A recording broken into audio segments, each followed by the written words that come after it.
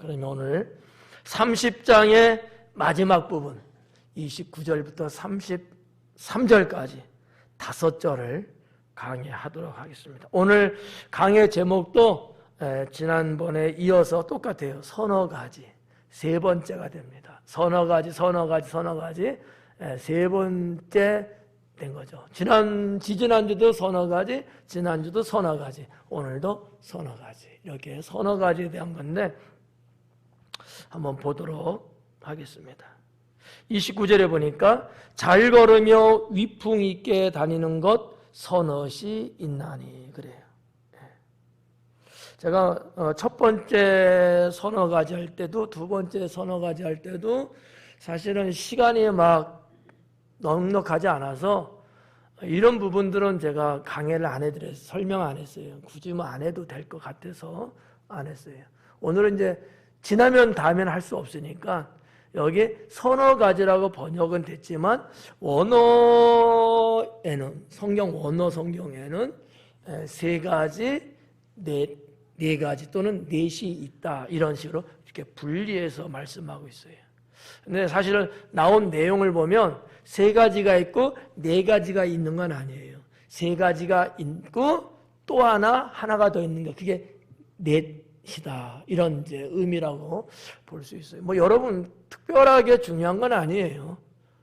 근데 좀 이렇게 좀 번역상에 약간 차이라든지 아니면 이게 이제 일종의 서문이거든요. 뭔가 말씀을 전하기 위해서 시작되는 서문에 서문에 해당되는 거예요. 그냥 서문도 좀 어려우면 서론, 본론, 결론 있죠? 그 서론에 해당되는 거. 다시 말해서 도입 부분이라는 거죠. 도입 부분. 29절 그렇게 되어 있는데 잘 걷는 것 세 가지가 있다는 거예요. 성경 원어에는 그렇게 되어 있거든요. 잘 걷는 것 세 가지가 있고 여기 위풍 있게 다니는 거 있죠?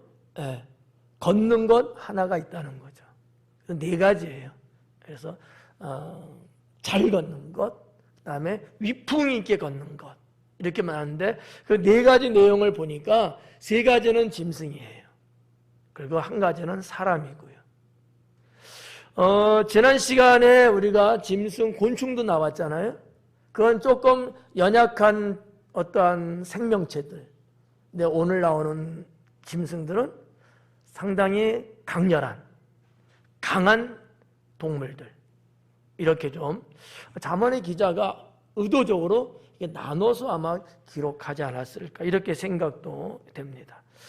아무튼 이제 잘 걷는 것과 걷는 것 하나 이렇게 나오는데 30절 보니까 곧 짐승 중에 가장 강하여 아무 짐승 앞에도 물러가지 아니하는 사자.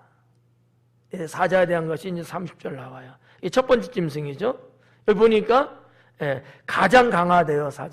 사자는 가장 강하다. 그래서 동물의 세계나 또 학자들이나 보편적인 사람들이 말할 때 짐승, 동물 중에서 가장 강한 게 누구냐 하면 사자다 이렇게 이야기하거든요. 사자는 동물의 왕이다 이렇게 말하죠. 뭐 동양권에서는 사자가 없으니까 뭐라 그래요? 호랑이다 이렇게 말하는데 니네만 그렇게 말해라. 전 세계적으로 볼 때는 호랑이라는 개념보다는 사자라는 개념이 훨씬 더 강하고 이게 더 부각되는 거죠. 오늘 성경에서도 사자, 이 지역은 호랑이는 아마 없을 거예요. 사자가 서식하고 사자가 동물의 왕인 거죠. 근데 이 사자에 대한 평가가 고대서부터 현대에 이르기까지 가장 맹수다운 맹수, 최고의 짐승, 어떤 짐승도 사자를 대항할 수 없을 정도의 존재 이렇게 평가해 왔고요. 성경에서도 지금 그렇게 말씀하고 있는 거죠. 짐승 중에 가장 강하다. 아무 짐승 앞에서도 물러가지 않는다. 어떠한 짐승에도 여기 지금 아무 짐승이라고 했는데 그 원어에 보니까 콜이라는 단어를 썼어요. 무슨 얘기냐면은 뒤에 나오는 사자 외에 어떠한 짐승이라는 얘기예요. 사자 외에 모든 짐승이 여기에 해당된다는 거지. 그러니까 사자는 같은 사자끼리는 뭐 더 강한 사자 있고 좀 약한 사자도 있겠지만 그러나 사자가 아닌 종류의 짐승에게는 단 하나도 물러서지 않는다. 원어에도 보면 이제 물러서지 않는다는 의미와 또 하나는 뒤로 돌아서지 않는다는 거죠. 그러니까 사자는 대항하는 어떤 짐승, 먹이거리 어떤 짐승이 있으면은 항상 앞을 향해서 당당하게 위용 있게 가지 뒤로 돌아서서 패배자의 모습으로 가지는 않는다는 거죠. 그게 사자의 특성이다라고 잠언의 기자는 기록을 했습니다. 앞에서도 물러가지 아니한다. 지금 영민이가 제 앞에 딱 있잖아요. 네가 해 사자. 영민이가 사자인데 영민이가 나라는 짐승이 딱 만났는데 돌아서지 않는다는 거지. 계속해서 위협적으로 표하면서 상대방의 짐승을 제압하는 그게 사자다라는 거죠. 여러분 사자 같은 성도가 되셔야 합니다. 이 말씀 속에서 찾을 수 있는 의미가 뭐냐? 하나님의 자녀는 세상을 향해서 당당해야 된다. 당당해야 된다. 뒷걸음질 친다든지 아니면 뒤돌아서서 걸음아 나 살려라 출행량을 한다든지 그러면 안 된다라고 하는 것이죠. 여러분들의 신앙이 시간이 가면 갈수록 줄어들면 안 되지 않아요? 그죠? 줄어들면 안 되잖아요. 연세가 드셔도 자꾸 나이를 한 살, 두 살 더 먹어가면 갈수록 더 하나님의 영적 능력이 더 충전이 많이 돼갖고 더 전진 아까 우리 찬양한 것처럼 저 성벽을 향하여 전진해 나아가는 이런 막대한 힘을 가져야지. 별일도 아닌 것 같고 비겁하게 아니면 무서워서 도망치고 이러면 되겠느냐라는 거죠. 여러분 세상 돌아가는 또 우리의 삶 가운데 찾아드는 이런저런 것들이 있는데 그런 것 두렵고 무섭고 그래서 만약에 우리가 연약한 짐승처럼 꼬리 내리고 출행량을 한다면 과연 사탄의 권세 앞에서는 감히 이겨낼 수 있겠느냐라는 거죠. 불가능할 거예요. 그래서 성경에서는 많이 나오지는 않지만 이와 같은 비슷한 말씀의 의미들이 곳곳에 늘 나오는 것을 우리가 알 수 있습니다. 특히나 여러분들 잘 알다시피 에베소서 6장 보면은 하나님의 전신갑주를 입어라 취하라 그러잖아요. 그거 아니면 안 되거든요. 장차 우리가 세상을 대하여 영적 싸움을 하는 것, 사탄을 우리가 상대해서 우리가 싸워야 되는 이러한 상황 앞에서 사자처럼 딱 버티고 있어야 되는 거죠. 딱 버티고. 여러분 오전 예배에 또 살짝 말씀드렸지만 골리앗이 얼마나 무시무시하고 공포의 대상입니까? 골리앗 안 보셨죠? 눈을 뜨고 봐봐. 나는 보여 지금도. 아니 골리앗이 키가 거의 3m예요. 엄청나잖아. 그 시대에 그 블레셋의 그 골리앗 엄청난 존재. 누가 이길 수 있어요? 아무도 이길 수 없는 거야. 근데 다윗이 딱 버팅기고 골리앗을 막아서고 있잖아요. 골리앗이 볼 때 요 조그만 요것이 하루 강아지 범무서운 줄 모르고 이 코딱지만한 것이 내 앞에서 깝죽거리고 아마 코로 흥 하면 날아갈 거라고 생각했을 거야. 근데 다윗은 그러지 않았잖아요. 골리앗 앞에 딱 버팅기고 당당하게 누가 이겼어요? 다윗이 이겼죠. 그런 성도가 돼야 된다는 거예요. 그런 성도. 그냥 비유적이고 어떠한 상징적인 의미에서의 사자 이렇게만 보지 말고 사자가 가지고 있는 특징, 사자의 기질, 사자의 습성, 사자의 능력 이와 같은 것들을 우리가 영적으로 무장하고 우리가 이 세상을 살아가는데 당당하고 떳떳하고 위용 있게 가야 되지 않느냐라는 거죠. 여러분이 누구예요? 하나님 자녀 아닙니까? 하나님이 누구십니까? 세상을 창조하시고 전능하신 분이잖아요. 여러분과 하나님의 관계에서 어떤 일들이 벌어져요? 하나님이 그 전능하신 능력이 여러분에게 임하고 여러분이 그 능력을 가지고 있는 자들이잖아요. 그런데 여러분 비겁하게 도망가고 조그만 일에도 말이죠, 흔들흔들거려서 되겠느냐라는 거죠. 이거는 하나님이 용납하지 않는다는 거죠. 예. 이 사자를 언급하고 있는데 저는 이 말씀을 준비하면서 나 자신이 우리 성도님들이 믿음으로 살려고 하는 그러한 그리스도인 누구든지 이 사자 같은 여기 말씀에 있는 것처럼 어떠한 짐승 앞에도 물러가지 아니한다 이거지. 어떠한 짐승 앞에서도 참 말씀을 좀 더 곱씹어 보면 얼마나 단맛이 나는지 몰라요. 정말 좋아.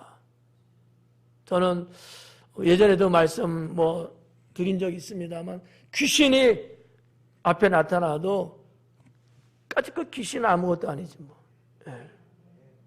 그냥 발로 차버리면 그냥 귀신은 도망갈 수밖에 없는. 근데 끝까지 귀신 무서워하고 발발 떨하고 어이구 나 안 가 귀신 나면 어떡해. 귀신 나오면 나오는 거지 뭐가 무섭다고들 그래. 하긴 요즘 화장실 집 안에 있어갖고. 옛날에는 바깥마당 그것도 가까이도 않고 저 멀리 막 그죠 문 들어오는데 그대로 있었잖아요. 꼭 갈 때는 누구 데려가갖고. 왜 그랬대요? 거봐. 뭐가 무서운 거야? 화장실이 무서운 거예요? 귀신. 그래요. 뭐 하나님 안 믿을 때 뭐 그럴 수 있지 뭐. 이제 막 믿었을 땐 그럴 수 있어. 지금은 아니죠? 당연히 아니지. 화장실 그게 없는데.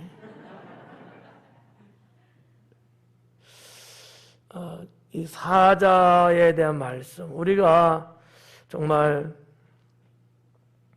새겨 들어야 될 말씀 아닐까. 그래서 모든 어떠한 짐승 앞에서도 물러가지 아니하는 사자와 또 31절에 사냥개가 나옵니다. 사냥개와 순염소와 및 당할 수 없는 왕이니라. 사냥개가 나와요. 사냥개는 지금도 사냥개들 아주 상당히 맹렬하죠. 여러분 사냥개 접해본 적 있으셔요? 별로 없으시죠? 일반 백성, 일반 사람들은 사실 사냥개를 가까이 접할 이유가 없죠.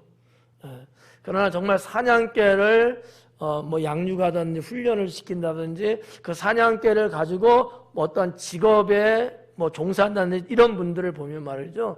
이 사냥개는 엄청나게 달리기 하면 빠를까 느릴까요? 빨라요. 사냥개의 생명 중에 하나가 빠름이야. 빠름 이거 있잖아.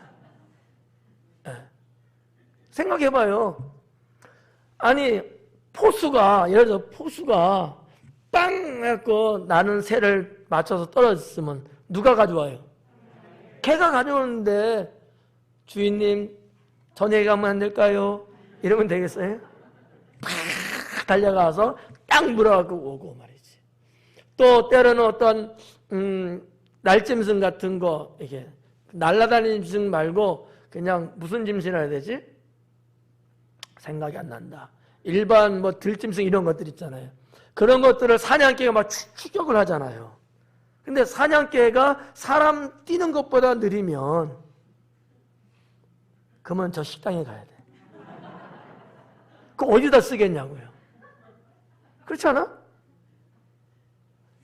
포수가 가는 것보다 더 빨리 사냥개가 달려가야죠.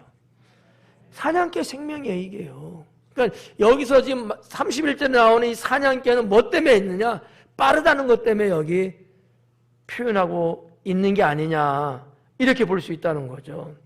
사냥개는요 엄청나게 빨라요. 우리 성경에는 번역이 안 됐습니다만 원어에 보면 어떤 내용이 있냐면 허리를 졸라맨 사냥개예요. 허리를 졸라맸대. 카메라 절 잡아요. 나 움직일 거야. 잡아요. 네.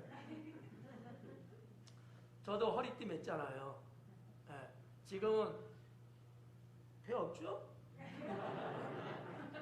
허리띠를 꽉 이렇게 막 이렇게 졸라맸다는가. 허리를 졸라맨 사냥개야. 무슨 풀어야지. 이게 무슨 의미겠어요? 그래서 제가 있는 거야. 네.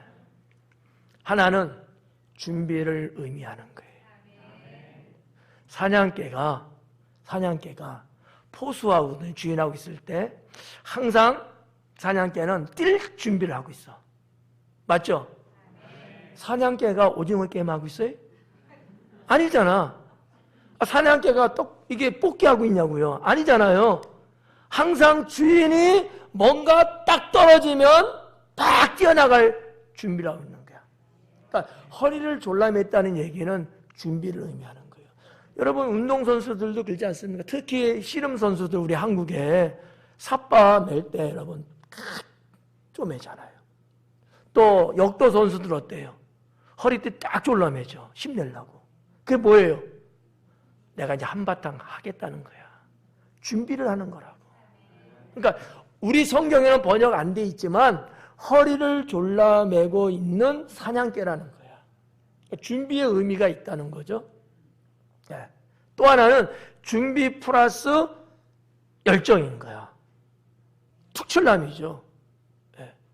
네. 사냥개라고 하는 이 짐승 동물을 우리가 보면서 우리는 어떠한 성도가 되어야 될까? 정말 빠르게 영적으로 움직이는, 영적으로 말이죠.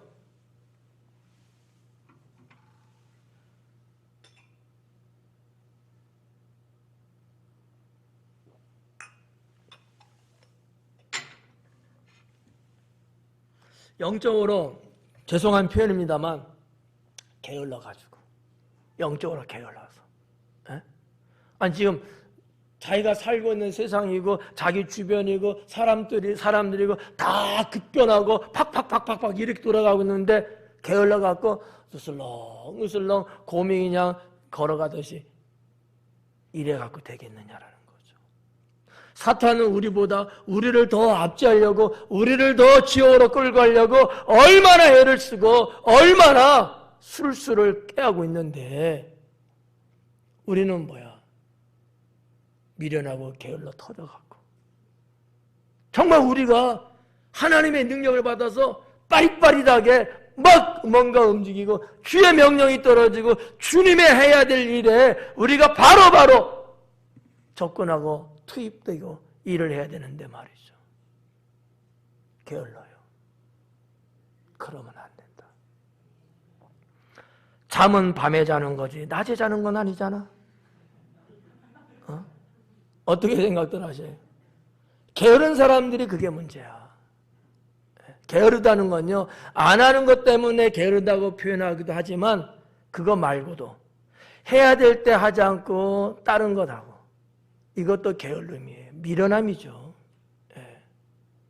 사냥개라고 하는 이 특수한 이 짐승을 우리가 보면서 나도 사냥개 이상으로 하나님 앞에서 빠릿빠릿한 자가 되겠구나. 빠릿빠릿한 자가 되겠구나. 나도 언제든지 주님이 말씀만 하시면 움직일 수 있는 그런 준비된 사람이 되어야 되겠구나. 주님이 말씀하시면 나의 책무를 온전히 감당해서 그 사냥개들 간혹 보면 말이죠. 여러 마리를 막 키우지 않습니까?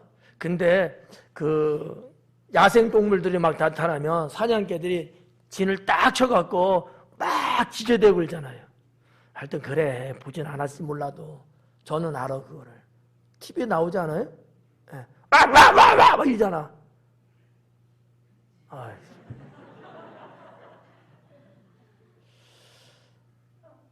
우리 크리스찬들은 사탄의 세력, 사탄의 공격에 대해서 이런 어떤 전천후 같은 신앙의 사람이 되어야 합니다.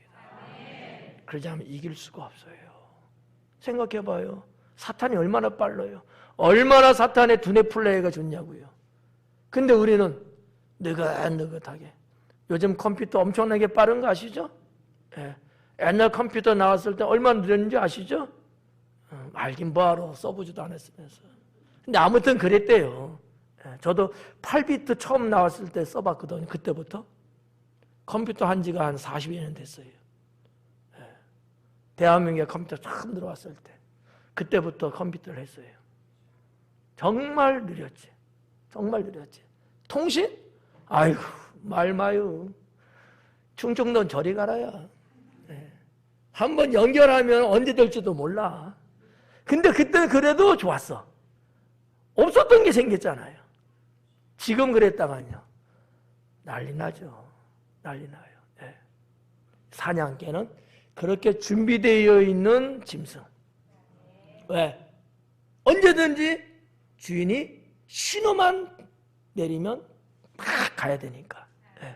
아주 빠르게 움직이는 거죠.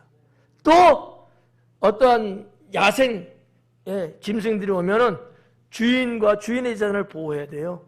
그래서 다 무리를 져갖고 막 대하는 거지. 우리 크리스찬들이 그래야 되지 않겠느냐. 네. 또 세 번째 짐승은 순염소입니다. 순염소. 아, 참 별게 다 나왔어요. 네, 순염소. 순염소의 특징이라고 할까? 순염소는 말이죠. 여기서 말하는 이 순염소는 어떠한 짐승이냐 하면 자기의 새끼들, 가족이죠. 네. 이 사람은 말하면 뭐라 해야 되지? 하여튼 뭐 가족이에요. 를 목숨 걸고 지키는 게 순염소의 특징이라고 합니다. 짐승인데, 예. 이게 강하대요. 뭐 양이다, 뭐 다른 어떠한 짐승보다도 순염소는 이게 강하대요. 여러분, 이거 안 본 게 많네, 오늘은. 예. 양은 직접 보신 적 있어요? 예. 염소는요? 예. 다행이네. 저 어릴 때 저희 건너편에 있는 그 집에서 염소를 키웠던 것 같아요. 어릴 때 염소젓을 먹어봤어. 주문해갖고. 네. 맛있어. 아침에 따끈따끈하게 오는 거. 그래서 염소들을 어릴 때부터 봤어요. 또 제가 살던 동네에 국립연구원이 있어가지고 거기에 뭐 말들로 풀어서 양도 있고 뭐 신지 있죠. 실험용 뭐 이런 것들 하여튼 많아요. 말도 막 타본 적 있어. 그래갖고 야생 말이죠. 하여튼 어렸을 때 그런 것이 있어서 그런지 몰라도 이 염소를 저는 제가 알고 있거든요. 염소가 조금 가까이에서 자기한테 좀 해롭게 하고 자기의 어떤 무리들을 좀 이렇게 위험을 느끼면요. 순염소잖아. 뭐 이래. 네, 한번 해볼래요? 이재동 집사님 대표로 한번 해보세요. 에이 그래갖고 어떻게 해요. 봐봐. 뭐 이래. 그래서 내가 머리카락 빠졌잖아. 정말 이 순염소는요 자기 새끼들 뭐 자기 부인도 지켜내는 이 특성이 있다는 거죠. 강렬합니다. 강렬해요. 자, 이런 걸 볼 때 저는 이 순염소에서 용맹함을 말하지 않을 수 없다라는 거죠. 용맹함. 우리 성도님들도 용맹스러워야 합니다. 우리는 신분이 뭐예요? 예? 아유, 용맹이라는 단어가 나는데 거기다 이렇게 딱 줄긋게 하면 안 되지. 뭐죠? 그리스도의 군사. 학교 다닐 때 줄 걷기 잘 못했나 보네. 이거 잘 그어야 되잖아요. 네. 그리스도의 군사, 예수님 군사는 용맹합니다. 네. 정말 용맹해야 돼요. 죄악과 딱 상대했을 때는 이겨야 돼, 져야 돼요. 근데 용맹하지 못하면 이길 수 없어요.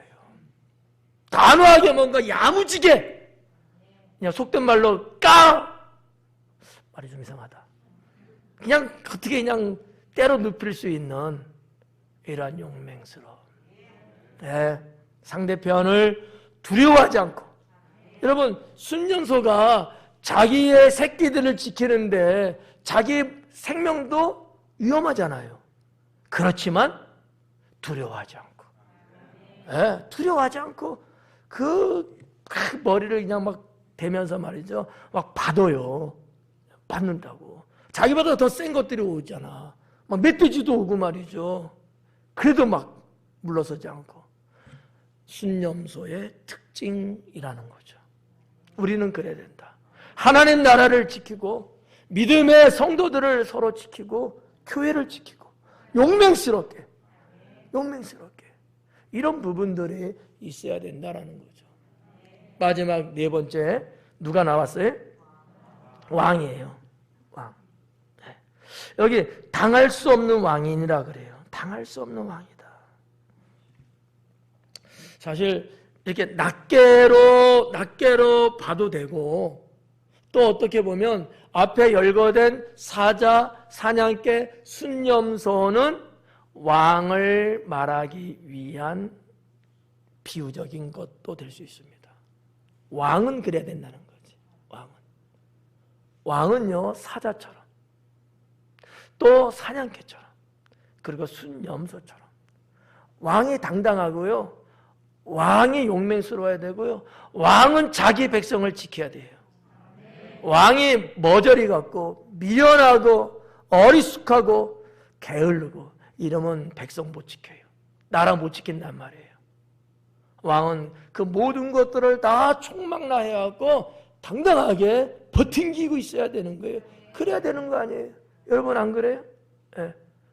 우리 교회도 여러분 목사님이 주의 종들이 당당하게 여러분 딱 버팅기고 지키고 있어야지 성도님들이 그 신앙 안에서 교회 안에서 신앙생활을 잘할 수 있을 거 아니에요. 네.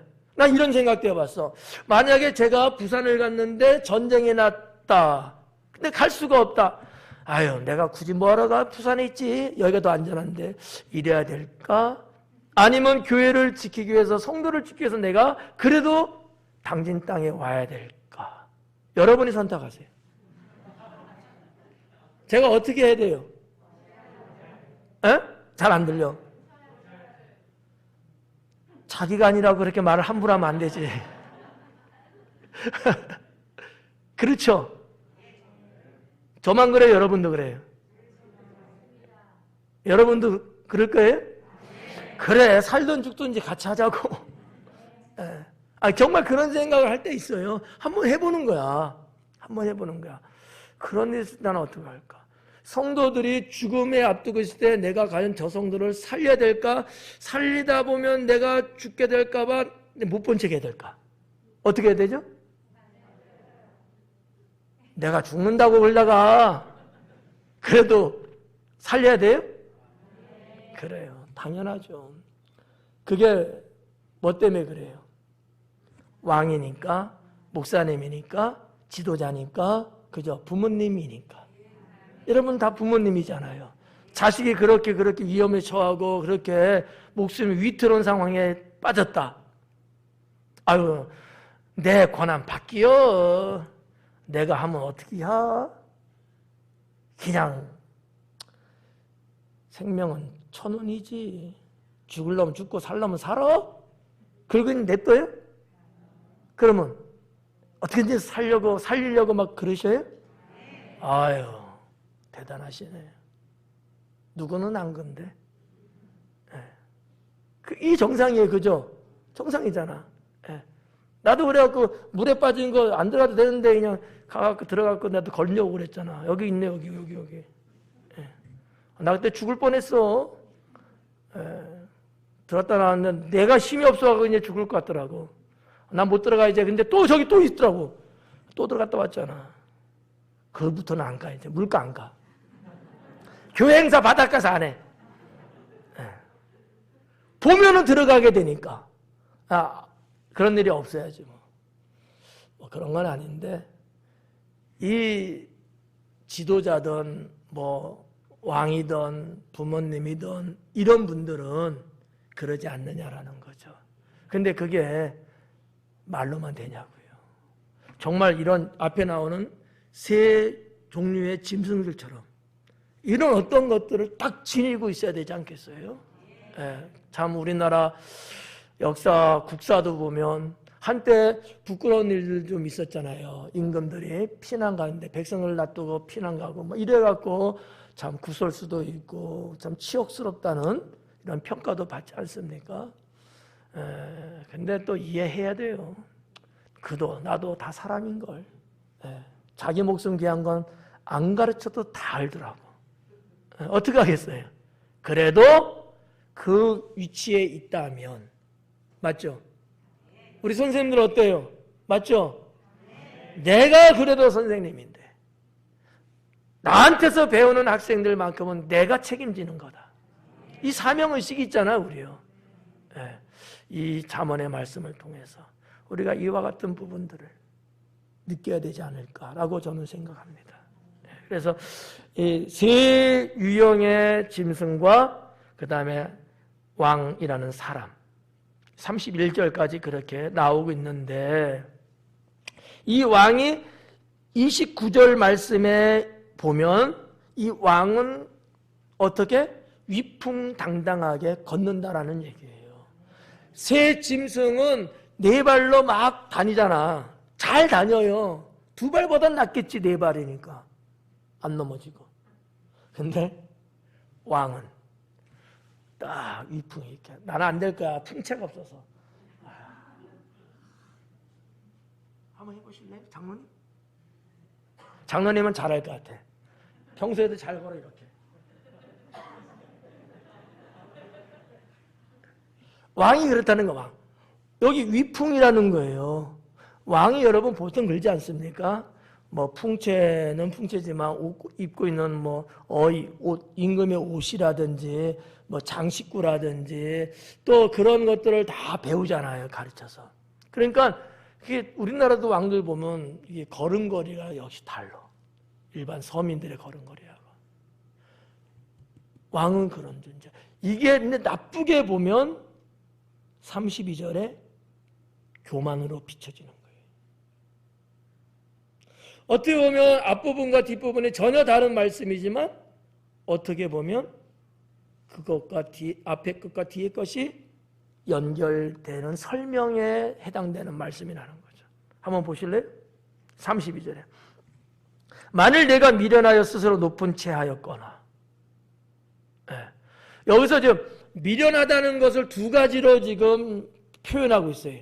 어떤 것이 미련하다고 하느냐? 첫째는 뭐라고요? 스스로 높은 채야. 높은 채가 아니고 스스로 높은 채야. 누가 안 높여줘? 영민이가 나를 한 번도 안 높여주더라고, 속상하게. 기분 나쁘게. 그래서 어떻게? 나 스스로, 내가 나를 높이는 거야. 이 스스로 높인다는 거, 스스로. 이렇게 하는 경우 하나. 또 하나는 악한 일을 도모하는 경우. 근데 한번, 자, 이제 앞절하고 연결시켜 볼게요. 왕이 이렇게 위풍이 있고요. 왕이 이렇게 대단한 사람이야. 권력도 있고, 능력도 엄청나게 좋아. 그런데 그 왕이 교만한 거예요. 미련해서 교만하다는 거지. 미련하여 스스로 높은 채 한다는 거예요. 아니, 그 정도의 권력을 잡고 있는 자가 있는데 그가 미련해서 스스로 높은 채. 여러분, 왕이라고 나왔으니까 왕권 한번 생각해 보자고요. 왕. 왕의 존재, 왕의 존재는 왕의 지위, 왕의 프라이드 이런 건 본인이 이렇게 만들어서 가야 돼요? 아니면 백성들이 만들어줘야 돼요? 분명해요? 그럼 오늘 성경 말씀은 그렇게 안 나왔는데? 그죠? 백성들에 의해서 높아져야 되는 거야. 근데 그게 아니고 자기가 스스로 높였대요. 뭔 꼴이래 이게? 백성들이 동의 안 하고 있는 거 지금. 왜요? 권력 있고 다 있는데 미련한 거야.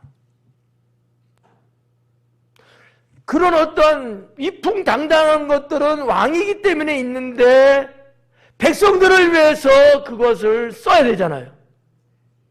그러진 않는 거예요. 우리가 이런 거를 깨달아야 합니다. 부모님은 부모라는 자체로 사실은 권위도 있고 그 권세라고 표현할게요. 이게 있는 거예요. 근데 그거 갖고 뭐 해야 돼요? 자식들을 잘 양육하는 데 써야 되는 거예요. 그러면 자녀들이 뭐라 그래요? 나는 세상에서 제일 존경하는 분은 우리 부모님이시다. 이 소리 들어야 되는 거죠. 근데 안 해, 자녀들이. 근데 남의 집 보니까 자식들 다 그러는 것 같아. 그래서 꼴라가지고 그럼 내가 만들지 뭐 하고 자기 스스로 막 이렇게 만드는 거야. 예를 들면 그렇다는 거죠. 보기 좋으셔요? 흉하죠? 흉해요. 그거 말하는 거예요.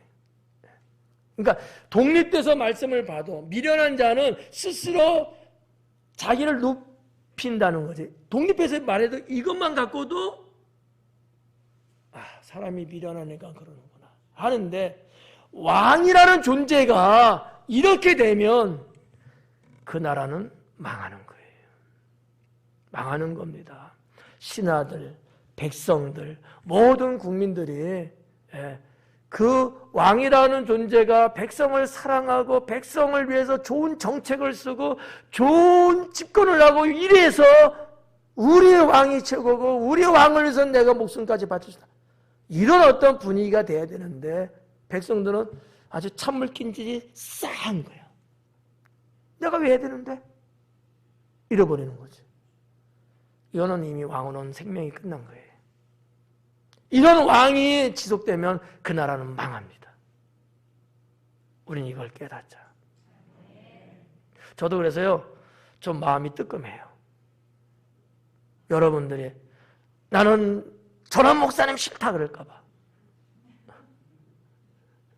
뜨끔해. 이 말씀을 들으면서 나는 어떨까?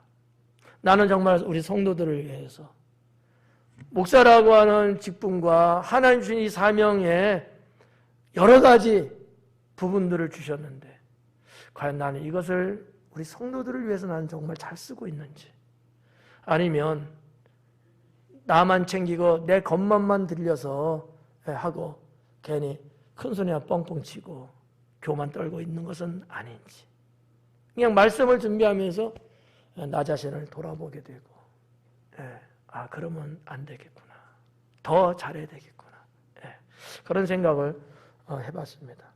여러분도 말씀 들으면서 그런 감이 왔죠? 이쪽은 안 왔어요? 이쪽은 왔다는데?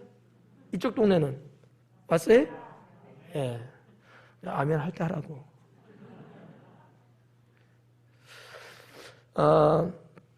이런 것을 좀 보면서 봐봐요. 악한 일을 도모하거든. 악한 일을 도모하거든. 이런 일은 없어야 되죠. 뭐 몰라서 실수로 혹시 악한 일을 하는 경우도 있고 아니면 죄 짓는 경우도 있지만 여기 도모한대잖아. 악한 건데 서로 입을 맞추는 거야. 서로 손을 잡은 거예요. 악한 일 하자고. 이러면 안 되잖아. 근데 미련하면 이렇게 된다는 거지. 미련하면.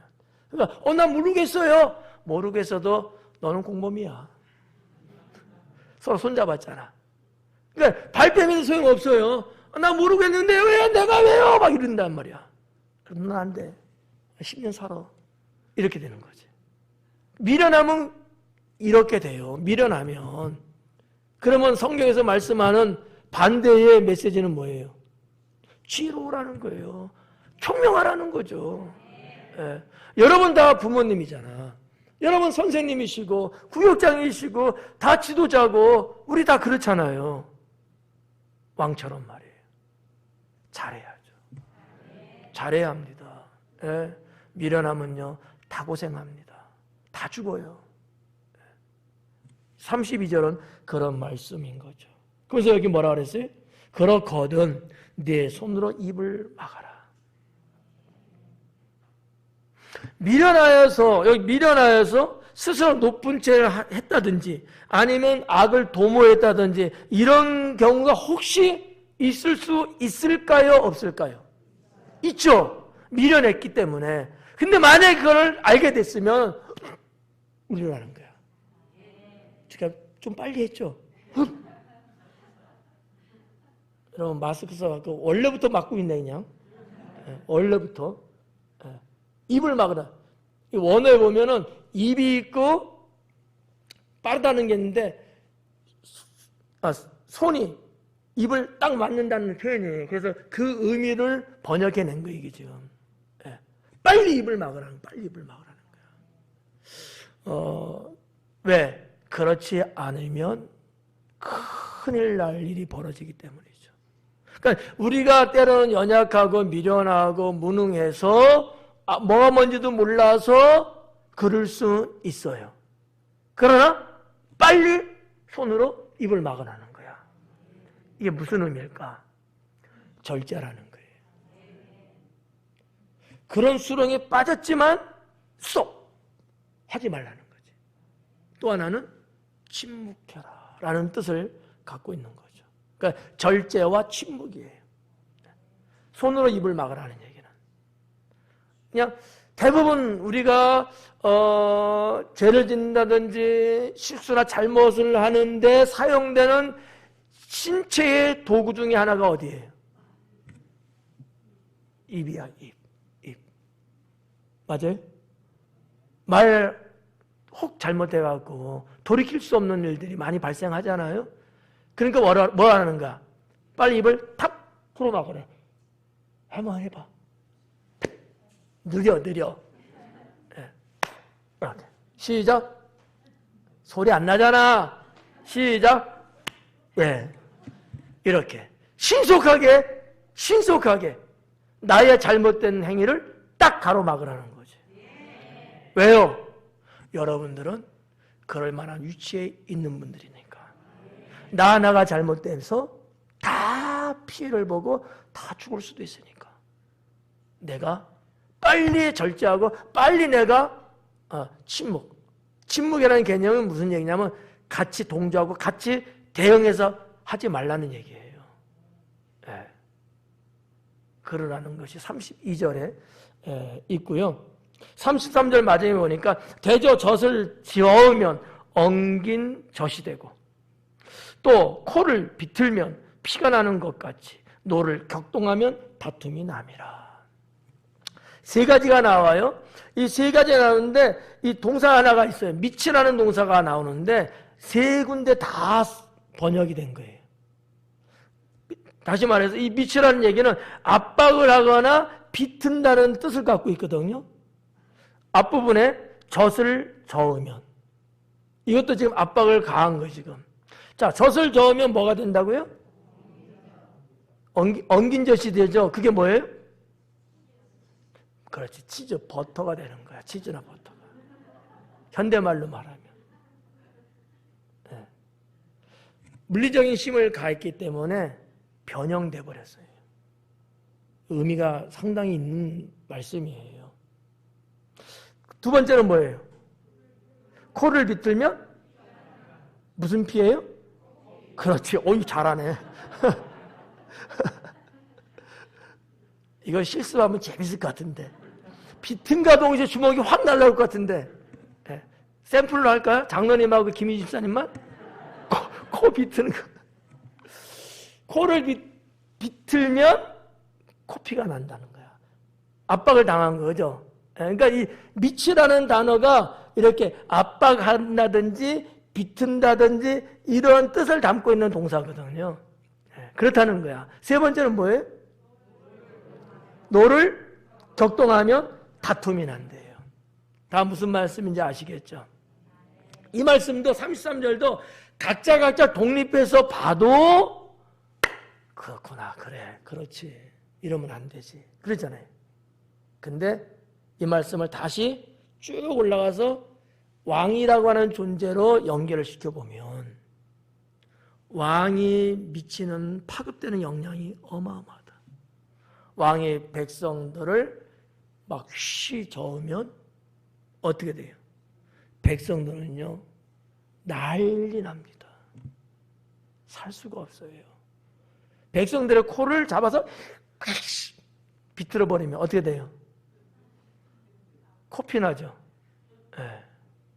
그런 거야. 왕이 그러면 그렇다는 거지. 왕이 막 부채질하고 왕이 승질내고 왕이 그냥 난리치는 거야. 그러면 백성들 간에는요 서로 전쟁이 일어나는, 내전이 일어나는 거야. 여러분, 저는 이렇게 생각해요.